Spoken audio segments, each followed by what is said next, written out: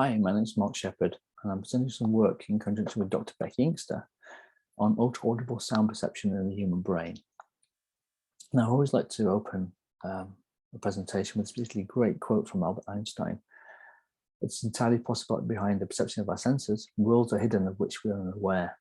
And this is a great quote, which actually is a great quote for our work, which actually deals with inaudible audio. Which I'll explain in the next slide. So in this schematic here, you can see that between 20 hertz and 20 kilohertz, the audio frequency range exists in terms of the human auditory frequency range. So between this point, it covers also things, car noises, every sound you can hear is within that range. And normally as adults, we can possibly hear around 12 to 13 kilohertz, whereas teenagers can hear 15 kilohertz. So the older you get, the more top end you basically lose in terms of audio processing.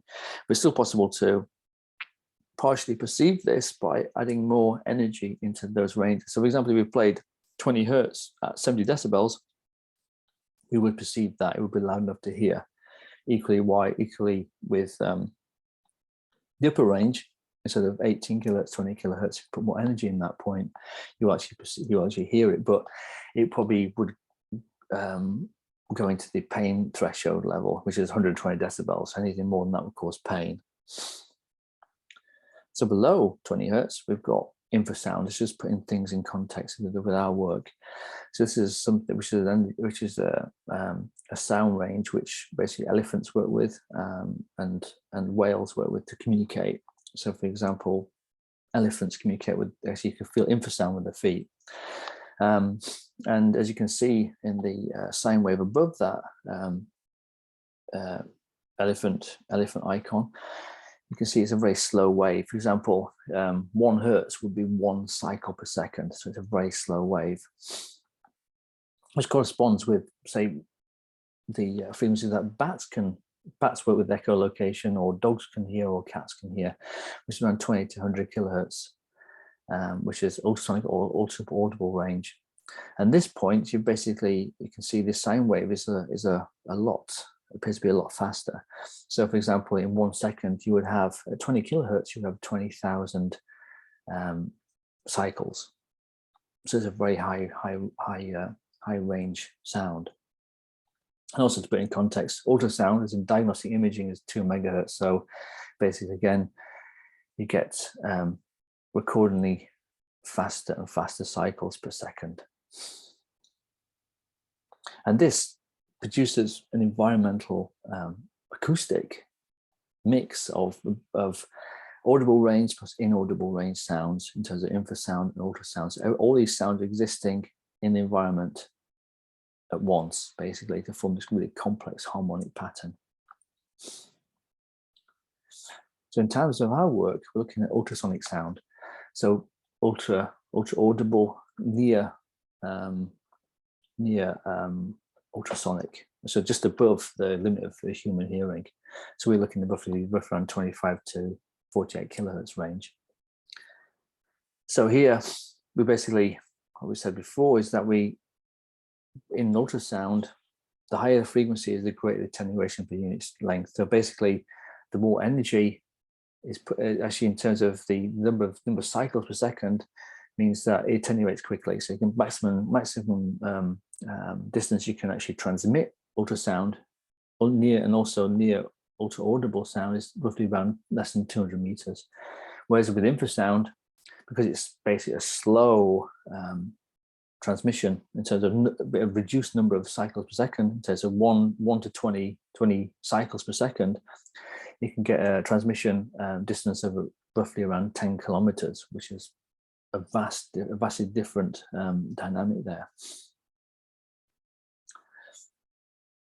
So with that in mind, in terms of purely focused on ultra audible sound, which is again just above the limit of human hearing, our experiment focused on using 96 kilohertz sampled audio, which gives you up to, basically in 96 kilohertz sampled audio, it allows you to record up to 48 kilohertz in that respect. Half the sampling rate is the highest frequency that you can record. So in this case, we've got three conditions: silence, which is 20 hertz to 48 kilohertz, just ambient background levels. We did the experiments roughly around 20-25 decibels in terms of background. A carrier signal in this case was a piece of orchestral music, which basically just written in terms of cello, piano piece, 4 notes, and using no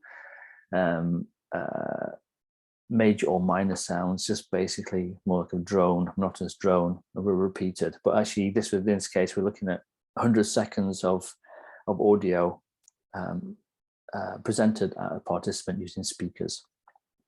And again, with the silence, the control sounds actually being recorded over 100 seconds.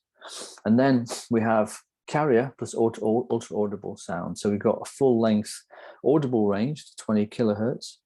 And after that, we've got up to 25 to 48 kilohertz of ultra-audible sound. So these are presented in randomized batches to participants. So silence, audible carrier signal, and carrier plus ultra-audible signal, carrier plus the high frequency component. So how do we analyze these sounds? We use EEG basically, and we analyze these sounds using a selection of electrodes. You can see in these two left and right brain hemisphere plans. So we have electron mapping representation of various different electrodes, FP1, FP2 to O1, O2 right at the back. So FP1, FP2, we have basically frontal lobe. We're also analyzing auditory processing, visual cortex, etc. And this electrode choice was taken from a paper by Fukushima et al.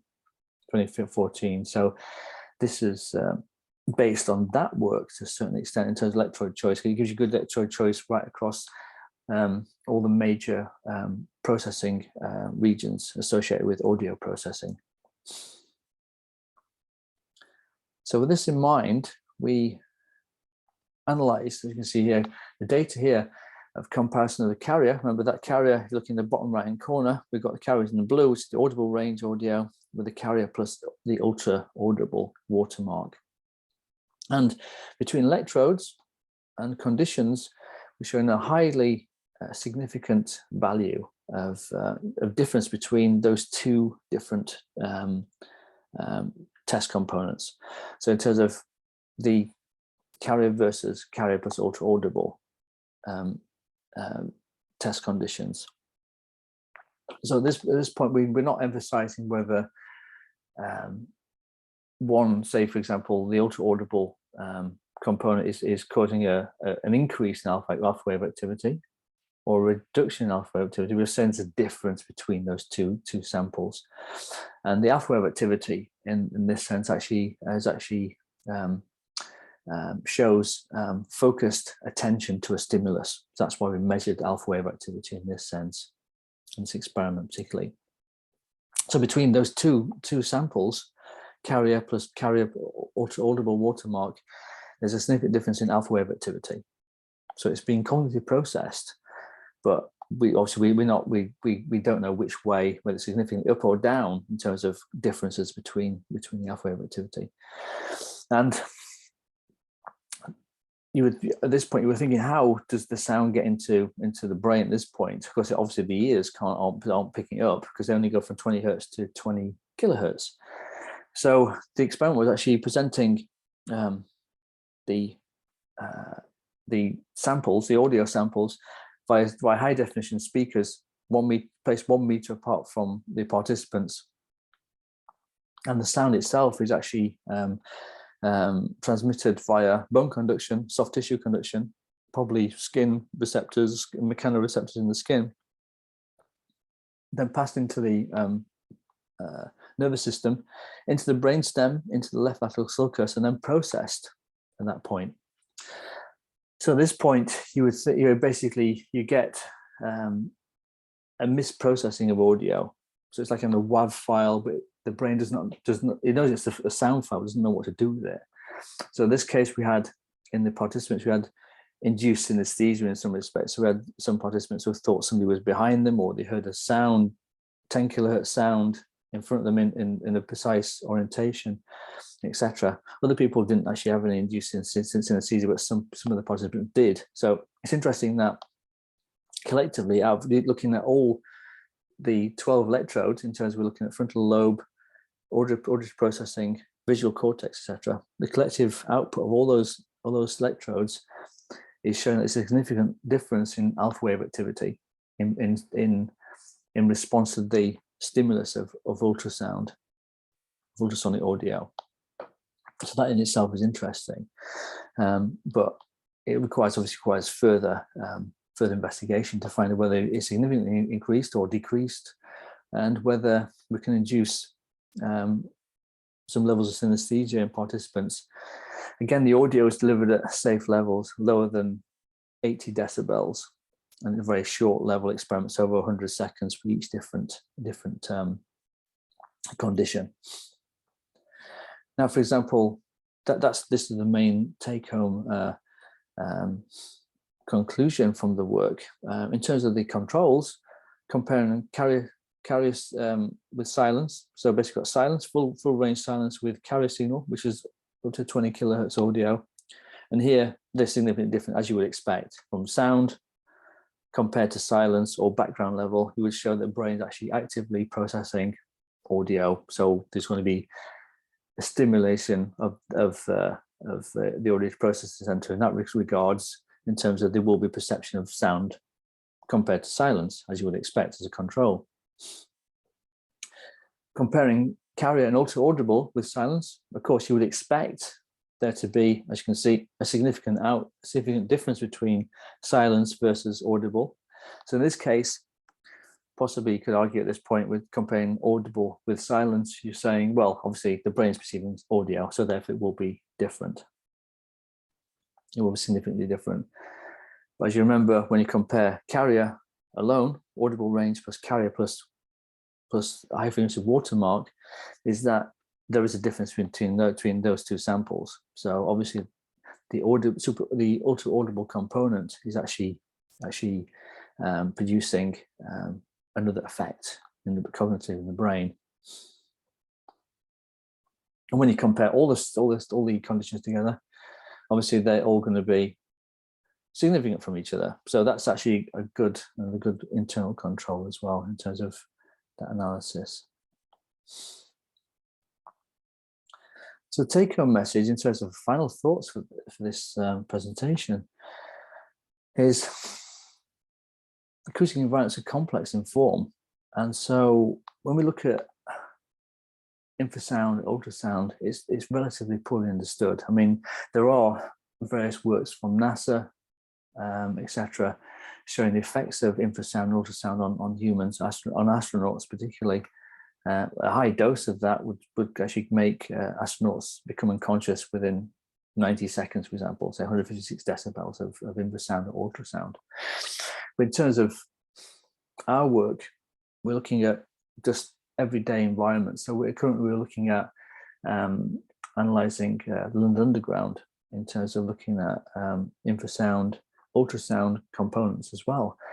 And surprisingly, in the station, after trains actually come into a station, roughly 70 to 80% of that acoustic audio is actually acoustic energy is infrasound. Surprisingly, as loud as a train in the station would be, that's only maybe even a quarter or a fifth of the actual overall acoustic energy in that station, which is kind of interesting as well. So we're looking at ICUs in terms of equipment. We've already been looking at the effects of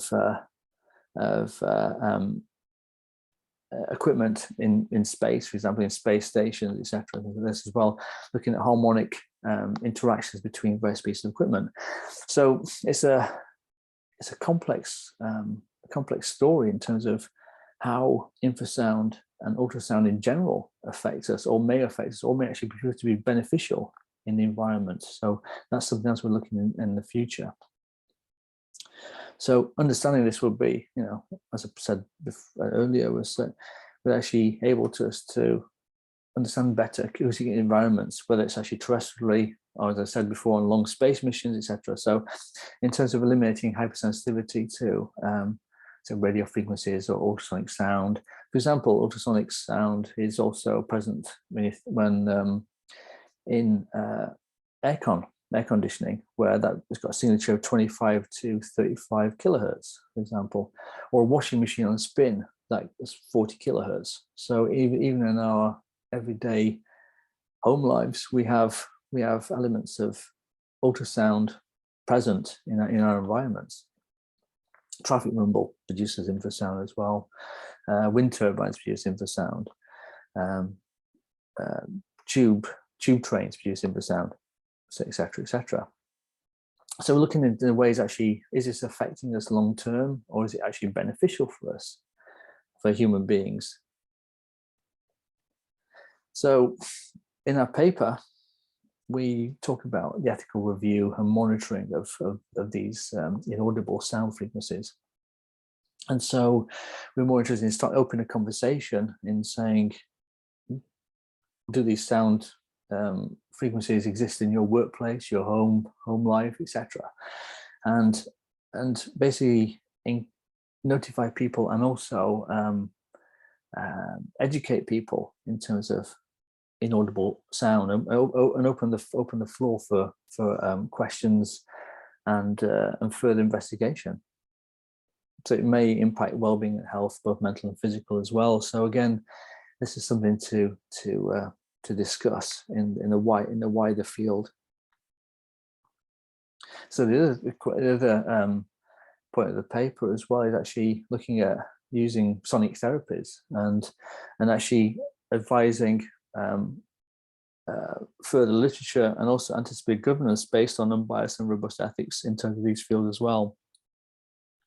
And this goes on to any things like radio frequencies transmission, ultrasonic transmission, infrasonic transmission as well. So anticipated governance is the take-home message in terms of this presentation, also our paper, in terms of looking at the possible consequences of exposure to high levels of infrasound, for example, high levels of ultrasound. And the work so far has just shown that there is a significant difference in audible range sound and ultra-audible range sound in terms of processing by the human brain. So it can't be ignored as in the environment or in a workplace, etc. So thank you very much for listening, and it'd be great to hear your thoughts on this work as well. Thank you. Bye-bye.